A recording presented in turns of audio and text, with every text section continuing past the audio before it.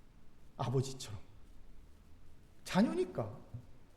남들은 10배 노력을 해서 따라가는 거, 그분은 그냥 조금만 해도요, 그냥 따라가는 거예요. 아버지, 아들이니까. 이것이 진짜 아버지와 자녀의 모습입니다.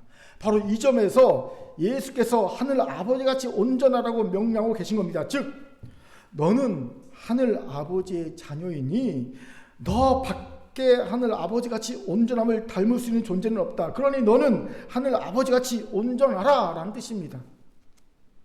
그러니 이 명령은 지킬 수 없는 높은 수준의 명령이 아니라 지극히 자연스러운 명령입니다.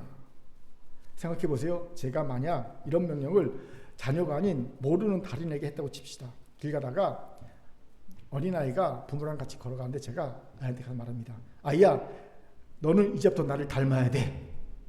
그러면요, 무슨 일이 벌어질까요? 그 부모가 저를 가만두겠습니까? 이런 XX 같은 뭐가 하고 욕을 오부지게 했을 겁니다. 그리고 어쩌면 신고했을지 모릅니다. 그렇지요? 왜요? 이런 말은 적어도 스승과 제자 사이거나 부모와 자녀 사이에서나 할 수 있는 말이기 때문입니다. 여기서 의구심이 생길 수 있습니다. 목사님, 그래도 여전히 부담스럽긴 마찬가지입니다. 제가 하나님 아버지의 자녀인 것은 맞지만 여전히 연약한 제가 어떻게 아버지 하나님같이 온전할 수 있겠습니까? 그리고 여전히 이런 부담스러운 요구를 왜 아버지 하나님께서 자녀는 우리가 하십니까? 아무리 자녀지만 하나님과 우리인데 건널 수 없는 시민의 계곡 같은 차이가 있는데 어떻게 하나님같이 온전할 수 있습니까? 왜 그런 무리한 요구를 하십니까? 이 의구심을 두 가지로 정리할 수 있겠지요. 첫째, 아버지 하나님의 자녀이지만 여전히 연약한 우리가 어떻게 아버지 하나님같이 온전할 수 있나요? 둘째, 이런 부담스러운 요구를 왜 아버지 하나님의 자녀 우리에게 하시나요? 이 질문에 대한 답을 찾아봅시다. 먼저 첫 번째 질문에 대한 답부터 알아봅시다. 이 질문에 대한 답도 하늘 아버지라는 단어에서 힌트를 찾을 수 있어요. 부모인 분들은 다들 알 겁니다. 부모가 자녀에게 요구하는 온전함이 완전함이라는 건 아니라는 것을. 예. 부모가 자녀가 모든 면에서 완벽한 존재가 되기를 진짜로 바라서 너 온전했으면 좋겠어라고 말합니까? 아닙니다. 만약 그런 부모가 있다면 분명 문제가 있는 부모일 겁니다. 자신의 완벽주의 성향을 자녀를 통해 대리만족하고픈 욕구를 가진 마음이 아픈 부모가 틀림이 없습니다. 이런 부모 말고 지극히 정상적인 부모들이 자녀에게 원하는 온전함은 따로 있죠. 그것이 무엇일까요? 이것도 좀 시대에 따라 조금 바뀝니다. 얼마 전까지만 해도 보통의 부모들이 자녀에게 원하는 온전함이 무엇인지 아십니까? 평범하게 사는 것이었습니다. 그냥 보통 자녀가 평범한 사람으로 사는 것, 부모들이 자녀에게 말하는 온전함이었어요. 이런 분들이 자녀에게 하는 전형적인 레퍼토리가 있습니다. 많이 들어보셨을 겁니다. 혹은 해봤을 겁니다. 내가 너에게 뭐 특별한 것을 원하는 줄 알아? 아니야. 나 그렇게 엄마, 아빠 그렇게 모난 사람 아니야. 난 그저 내가 다른 사람들이 하는 것 하면서 살기 원하는 거야.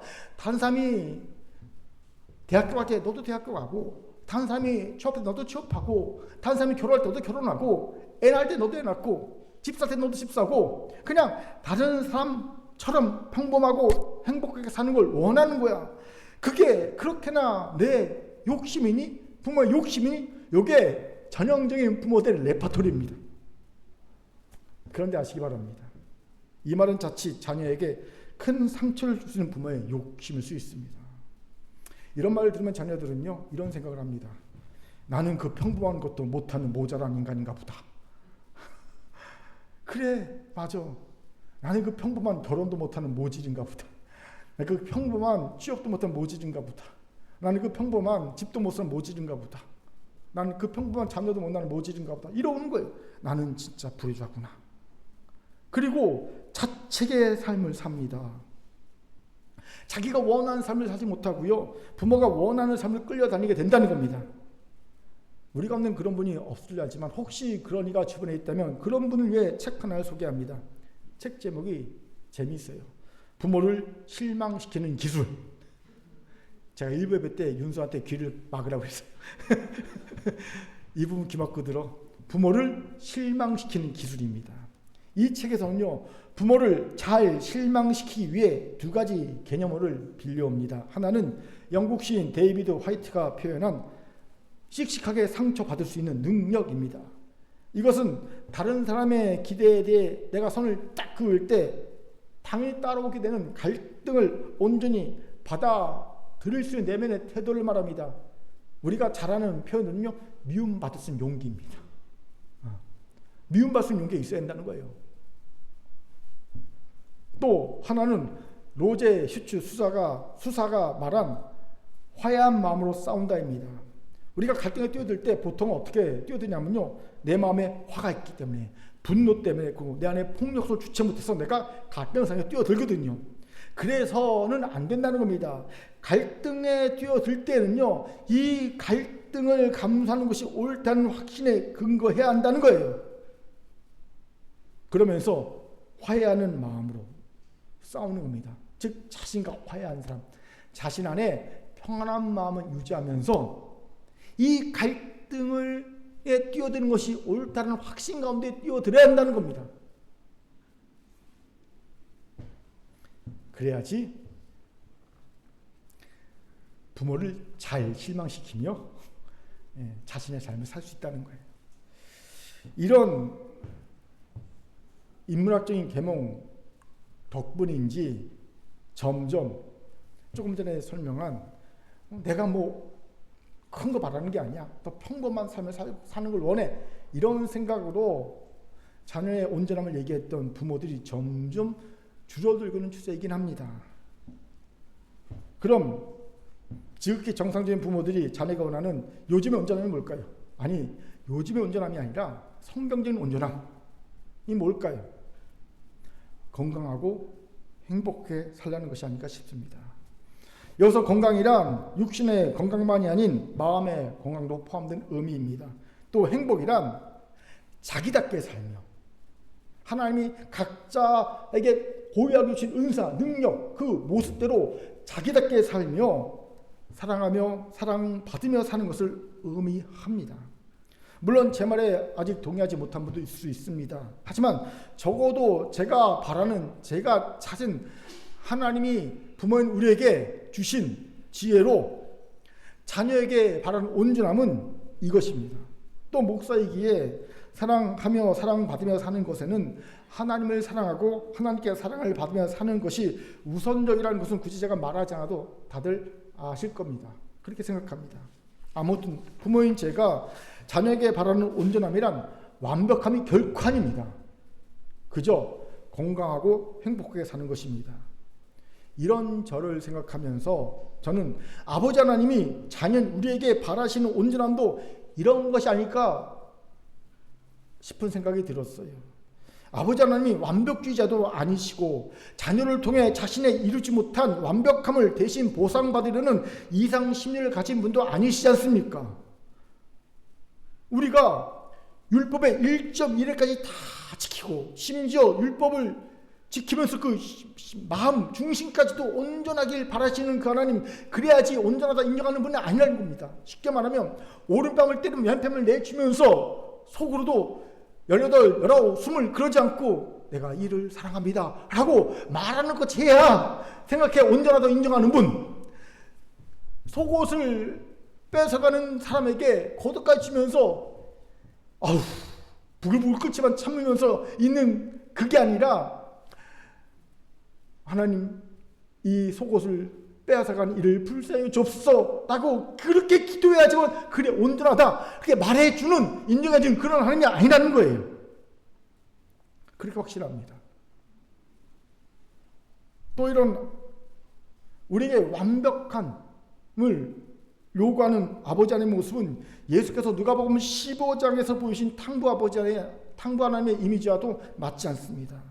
그렇게 하늘 아버지같이 온전한 말씀 의미는 자녀는 우리가 건강하게 지내며 아버지 하나님이 각자 창조하신 그 모습대로 자기답게 살며 하나님과 이웃을 사랑하고 사랑받으며 사는 것이라 믿습니다. 그리고 이것이 앞서 설명한 온전하다라고 번역하려고 텔레오스의 뜻과도 부합되지요. 무슨 뜻이었습니까?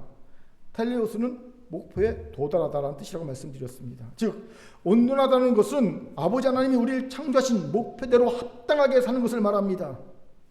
그럼 아버지 하나님이 우리를 창조하신 목표가 뭘까요?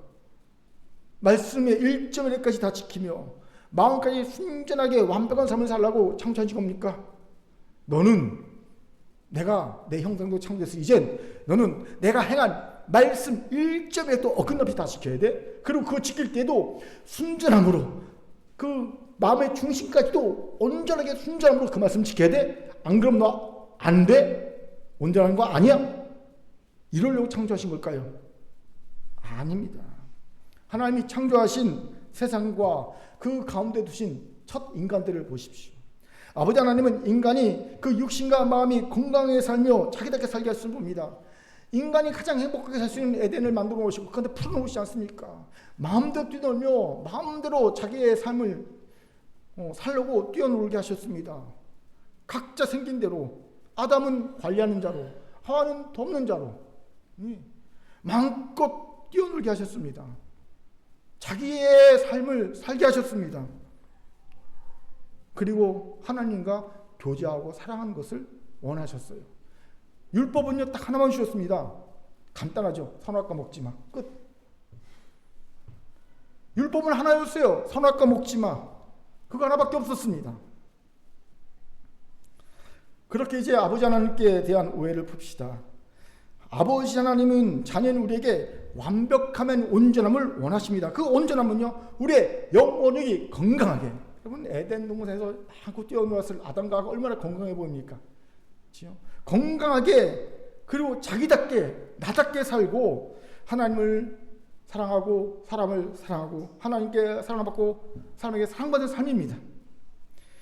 이러면 하나님은 그 자녀인 우리를 온전하게 하십니다. 이건 미가 선지자가 말한 하나님 원하신 우리의 모습과도 일치하지요. 미가서 6장 8절을 같이 읽겠습니다. 시작. 사람아 주께서 선한 것이 무엇임을 내게 보이셨나니 여호와께서 내게 구하시는 것은 오직 정의를 행하며 인자를 사랑하며 겸손하게 내 하나님과 함께 행하는 것이 아니냐. 보세요. 정의란 하나님과의 바른 관계를 의미합니다. 공의는 사람과의 바른 관계, 정의는 하나님과의 바른 관계. 그럼 여러분 하나님과의 바른 관계를 맺을 때 그걸 뭐라고 합니까? 사랑이라고 합니다. 네. 하나님은요 우리와 바른 관계를 뭐라고 정의하십니까? 사랑의 관계를 정의하십니다. 그렇기에 오직 정의를 행하며 인자를 사랑하며는요 하나님을 사랑하고 사람을 사랑하고 하나님 사랑, 사람 사랑으로 바꿔 쓸 수 있습니다. 또 겸손은요 자기를 정직하게 알 때 생기는 미덕입니다. 내가 누군지를 알 때 겸손해집니다. 그렇게 사람은 겸손해져야 비로소 자기답게 살 수 있게 되지요. 그래서 겸손한 자만이 하나님과 함께 행하는 것이 가능해져요. 왜요? 우리 인간은 겸손해질 때 비로소 나는 하나님 없이는 살 수 없는 존재구나. 하나님과 함께하면 살 수 있는 존재구나. 그걸 깨닫게 됩니다. 그래서 하나님과 함께 행해야지요. 하나님과 함께 행할 때 비로소 인간답게 자기답게 사는 길이 열리게 되는 겁니다. 그렇기에 사실 하나님이 미가 선지자를 통해 보여주신 그 자녀는 우리가 온전하게 사는 삶이란 영혼력이 건강하며 나답게 살며 하나님과 사람을 사랑하고 사랑받는 삶이라고 말해도 틀린 말이 아니라는 거예요. 이제 여러분에게 묻겠습니다. 여러분은 지금 아버지 하나님이 보시기에 온전한 삶을 살고 계십니까? 온전하십니까? 지금까지 우리는 이것을 그저 윤리적, 도덕적 기준만 생각해서 내가 생각하는 죄가 내게 없으면 자신은 온전하다고 여기며 어리석게 교만한 자가 되거나 내가 생각하는 죄가 내가 있기에 자신을 온전하지 않다고 여기며 어리석게 자책한 자가 되었음을 봅니다. 여러분 이제 이 어리석게 교만한 자나 어리석게 자책한 자에서 벗어나야 합니다. 그리고 진짜 아버지 하나님 우리에게 원하시는 온전한 자가 되어야 합니다. 우리의 영혼육이 건강하도록 노력합시다. 누구처럼 살지 말고 나답게 살아야 합니다. 그게 아름다운 거예요. 여러분 말씀드렸습니다. 속보상절에 아름답다라고 말하는 것의 뜻을 이렇게 풀이합니다. 나답다. 나답다. 나다운 게 아름다운 거예요. 나답게 자기답게 사는 겁니다. 그리고 하나님과 사람을 사랑합시다. 그리고 하나님과 사람에게 사랑을 받읍시다. 여기서 순서가 중요합니다. 먼저는 하나님과 사람을 사랑하는 겁니다. 그러면 하나님도 사람도 나를 사랑하게 될 겁니다. 물론 사람은 다 그렇지 않습니다. 하지만 소수라도 진심으로 나를 알아주고 사랑하는 이가 있다면 됩니다. 사람은요, 평생을 살면서 단 한 명이라도 나를 진정으로 이해하고 사랑하는 이가 있다면 성공한 인생이라고 할 수 있다고 그래요. 단 한 명이라도 나를 진심으로 이해하고 사랑하는 이가 있다면 그 인생은요, 결코 실패한 인생이 아닙니다. 성공한 인생입니다. 그렇게 사랑하는 큰교회 성도 여러분, 이제 우리 아버지 하나님이 원하시는 온전함이 이런 자녀가 되기를 간절히 축원합니다. 아멘. 자, 저를 따릅시다. 아버지 하나님이 원하시는 온전함에 이릅시다. 몇 분에게 이렇게 축복합니다. 건강하고 행복하게 사는 자녀가 됩시다. 시작. 건강하고 행복하게 사는 자녀가 됩시다. 아멘. 두 번째 질문. 이런 부담스러운 요구를 왜 아버지 하나님이 자녀를 우리에게 하시나요? 이 질문에 대해 알아봅시다. 이미 이 질문에 대한 일정 부분의 답이 첫 번째 질문에 대한 답을 찾으면서 해결되었을 겁니다. 아버지 하나님은 자녀인 우리가 건강하고 행복하게 살라고 이런 부담스러운 요구를 하신다는 거지요. 그런데 이것만으로는 아버지 하나님이 부담스러운 요구를 하시는 중요한 이유를 다 담지 못합니다. 중요한 이유가 더 있지요. 그것이 무엇입니까? 이것을 아는 것도 하늘 아버지의 가치란 단어가 힌트를 줍니다. 잘 들어보세요. 본래부터 하나님을 본 사람이 없습니다. 그 대단한 모세도 하나님의 등만 보았을 뿐입니다. 그 누구도 하나님을 볼 수가 없었지요. 구약시대는 하나님을 본 사람은 다 죽었습니다.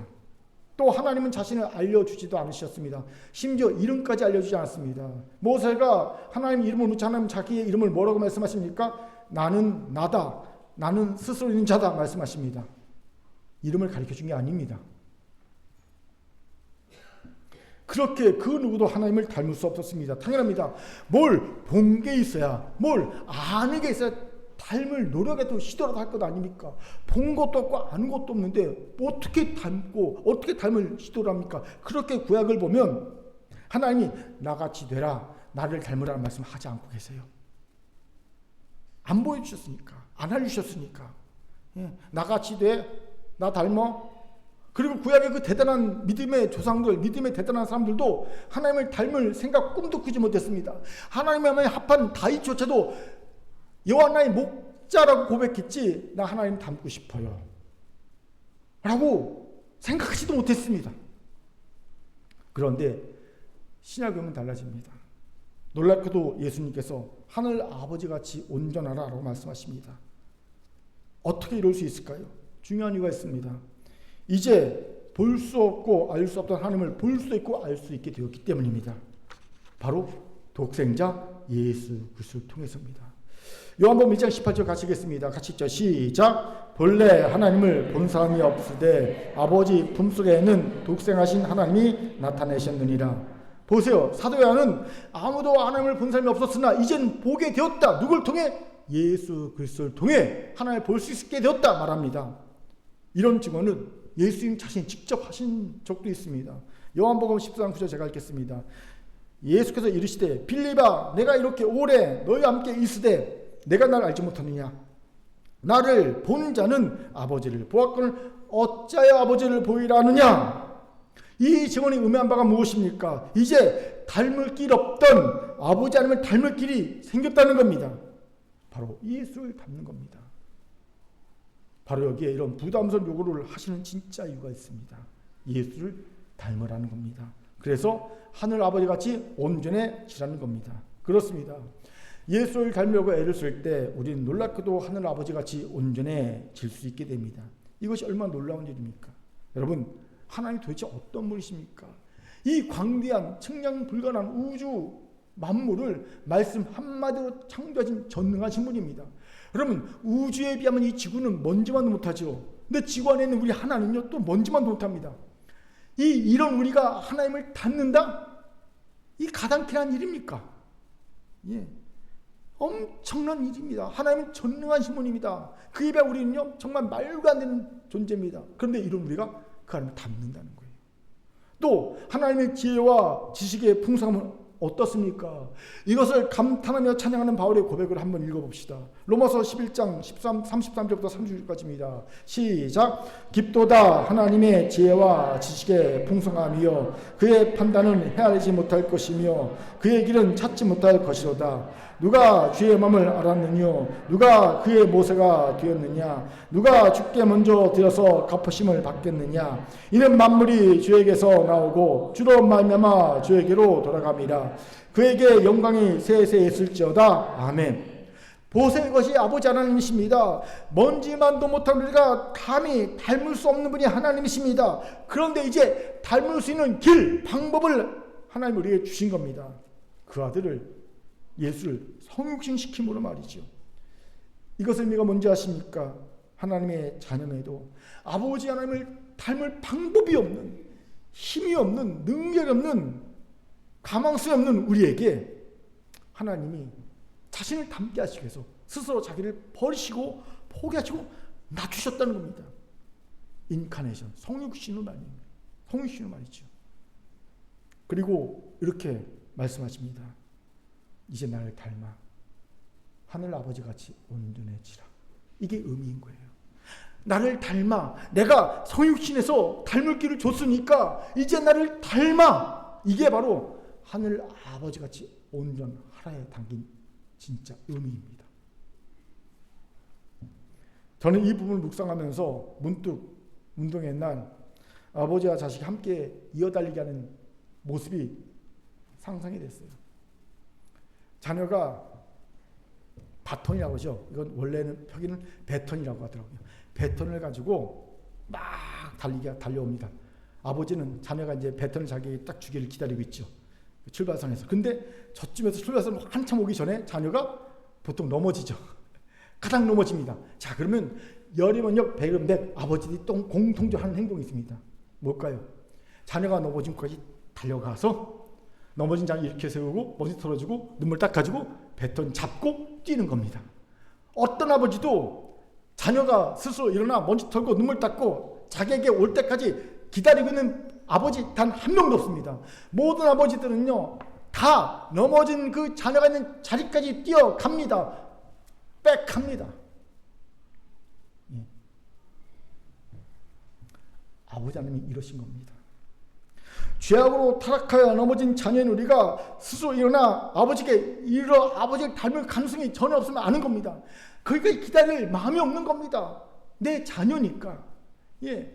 내 자녀니까 스스로 일어나 먼지 털고 내게 와서 나를 보고 나를 닮을 그런 시간까지 기다릴 여유가 없는 겁니다. 그렇게 아버지께서 직접 우리에게 달려오신 겁니다. 뺏겨오신 겁니다. 인카네이션, 성육신입니다. 그리고 말씀하십니다. 이제 나를 봤지. 내가 어떤지 알았지. 그러니 이제부터 나를 닮으렴. 이게 하늘 아버지같이 온전하라의 의미인 거예요. 그렇게 사랑하는 큰교회 성도 여러분, 두 가지를 기억합시다. 감히 먼지만도 못한 우리가 하늘 아버지를 닮을 길을 열었다는 것과 이를 위해 하나님이신 예수가 성육신하기까지 자기를 비우고 버리고 낮추셨다는 겁니다. 이 얼마나 큰 은혜입니까? 이 큰 은혜를 진정으로 깨달아 알게 되면 이제는 아무리 어렵고 부담돼도 하늘 아버지같이 온전하지 말씀에 우리의 모든 걸 수 있습니다. 제가 금요일 찬양 때 찬송가 450장을 부르며 이런 얘기를 했습니다. 참여하신 분은 기억날 겁니다. 1절의 가사를 보면 이렇습니다. 내 모든 소원 기도의 제목 예수님 닮게 원함이라. 예수님 영상 나 있기에 세상에 뭐 아끼지 않네. 제가 예전에 이 452장을 부르면서 이 찬양의 가사가 마음에 잘 와닿지 않았다고. 왜? 예수님 닮는 거 참 좋은 건 알겠지만 내 모든 소원과 기도의 제목이 되고 예수님 형상 있기에 세상의 보화까지 아끼지 않는다는 이 고백이 왠지 참 마음에 안 와닿았다고. 그렇게 말씀드렸죠. 그런데 말씀을 묵상하면서 비로소 이 고백이 마음에 와닿았다고 제가 얘기 드렸습니다. 기억나십니까? 참여하시면 기억나실 겁니다. 참고로 금요일에 많이 오시기 바랍니다. 바로 방금 이야기한 깨달음 때문에 이런 말씀 드린 겁니다. 하늘 아버지같이 온전한 말씀에 담긴 두 가지 의미, 먼지만도 못한 내가 하늘 아버지를 닮을 길 열렸던 사실과 인류의 하나님이신 예수께서 성육신하시까지 자신을 비우시고 낮추시고 버리시고 닮으려고 하셨다는 이 엄청난 은혜를 깨달은 겁니다. 그러니 예수를 닮는 것이 내 모든 소원 기도의 제목이 될 수 있고요, 그 형상을 입을 수만 있다면 세상에 뭐 아끼지 않는다는 이 고백이 진짜로 내 고백이 될 수 있다는 것을 고백하게 되는 거죠.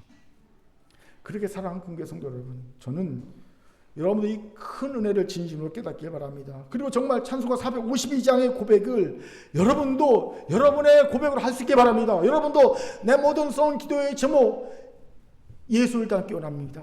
예수님 영상 나의 교회에서는 세상에 뭐 아끼지 않겠습니다. 이 고백이 여러분의 고백이 되기 원합니다.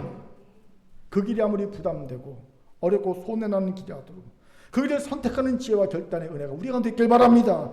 그러면 우리도 언젠가는 하늘 아버지를 닮은 온전한 자녀가 될 줄 믿습니다. 아멘. 자, 저를 따라합시다. 우리의 모든 소원과 기도 제목도 예수님 닮기 위함입니다. 예수님 닮기 위함입니다. 아멘. 이제 말씀을 마치죠. 우리는 은혜로 구원을 받습니다. 절대 행위가 아니죠. 우리의 윤리적 도덕적 성취로 구원을 받는 것도 아닙니다. 오직 은혜입니다. 그런데 우리의 문제는요, 분명 구원을 은혜로 받는데 은혜로 구원 받자마자 모든 대부분의 그리스도인들이 윤리적 도덕적 삶에 얽매이고 만다는 겁니다. 은혜는 구원을 은혜로 받고 삶은 윤리적 도덕적으로 삽니다. 모든 말씀을 다 윤리적 도덕적으로만 받아들입니다. 해석도 받아들입니다. 그래서 신앙생활이라는 것이 도덕적인가 윤리적인가 그렇지 않은가 이걸로만 귀결됩니다. 모든 말씀과 모든 신앙생활이 딱 이거로 귀결돼요. 윤리적인가 도덕적인가 그렇지 않은가 이거로만 귀결됩니다. 이것이 율법주의입니다. 자꾸만 한국교회는 율법주의에 얽매여 매몰되어 살고 있습니다. 이제 율법주의에서 벗어나야 합니다. 우리는 윤리적 도덕적인 수준을 넘어서는 사랑에서 시작한 자들입니다. 그럼 윤리적 도덕적인 것을 포함하고 아예 넘어서는 승화시킨 사랑이 우리의 출발점입니다. 예, 은혜는 사랑이잖아요. 시작 자체가 다릅니다. 왜? 하나님의 자녀이기 때문입니다. 거저 은혜로 구원받은 하나님의 자녀에게 우리는 허다한 허물을 덮는 사랑으로 우리의 신앙이 시작되는 거예요. 그렇게 하는 아버지같이 온전하라는 명령도 더 이상 윤리적 도덕적 수준을 오해하면 안 됩니다. 자꾸 오해하니 이 말씀이 도저히 행할 수 없는 너무 높은 수준의 무리한 요구처럼 느껴지는 거예요. 자녀니까 당연히 해야 되는 건데. 여러분, 무리한 요구 결코 아닙니다. 이 말씀은 철저하게 은혜를 바탕으로 주신 말씀입니다. 하나님 우리 아버지고 우리는 하나님의 자녀이니 자녀가 아버지를 닮는 것이 마땅하지 않겠냐는 즉그 상식적인 손에서 하신 요구인 겁니다. 그리고 아버지인 하나님이 자녀인 우리에게 요구하시는 온전함도 완벽함이 아니라 실상은 자녀인 우리가 건강하고 행복하게 살라는 의미의 요구인 겁니다. 구체적으로 영혼이 건강하고 행복하기 위해 창조시에 각자에게 주신 자기답게 살라고, 은사대로 자기답게 아름답게 살며 하나님과 사람을 사랑하고 하나님과 사람에게 사랑받으며 살라는 겁니다. 이게 뭐가 무리한 요구입니까? 또 이런 부담스러운 요구를 하신 진정한 이유도 감히 구약시대의 그 대단한 믿음의 선진들도 상상조차 하지 못했던 하늘아버지를 닮는 일이 예수 그리스도의 성육신, 비우심과 포기하시는 낮아지심을 통해 가능해져서 이제 그 은혜 누리라. 꿈에도 꾸지 못했던 나를 닮는 게 이제는 가능해졌어. 그러니 그 은혜 누려. 이겁니다. 이거. 은혜를 주고 누리라고 하는데 이게 왜 무리한 요구입니까? 이런 우리의 모든 소원과 기도의 제목이 예수를 닮는 것이 마땅하지 않겠습니까? 그러게 사랑하는 큰교 성도 여러분, 이제 이 은혜를 아는 자로 어찌 살아야겠습니까? 여전히 무리한 요구니 나하고 상관없어, 나는 영원히 이거 이루지 못할 거라고 포기하고 묻어두고 살아야 되겠습니까? 그럴 수 없습니다. 대신 이제 찬송가 452장의 고백이 우리의 고백이 되게 합시다. 오늘 은혜와 깨달음과 결단이 있기를 주님을 축원합니다. 하나님의 주신 말씀이었습니다. 아멘. 기도합니다. 사랑과 자비함 참 감사합니다. 하나님, 내 모든 소원 기도의 제목 오직 예수를 닮기 원합니다. 하늘 아버지같이 온전해지기 원합니다. 이 믿음의 결단과 은혜가 우리 가운데 있게 도와 주옵소서. 자녀에게 아버지를 닮기 원합니다. 자녀에게 아버지같이 온전하기 원합니다. 이 소원 가운데 성령 역사하여 주옵소서. 감사드리며 예수님 이름으로 기도합니다. 아멘.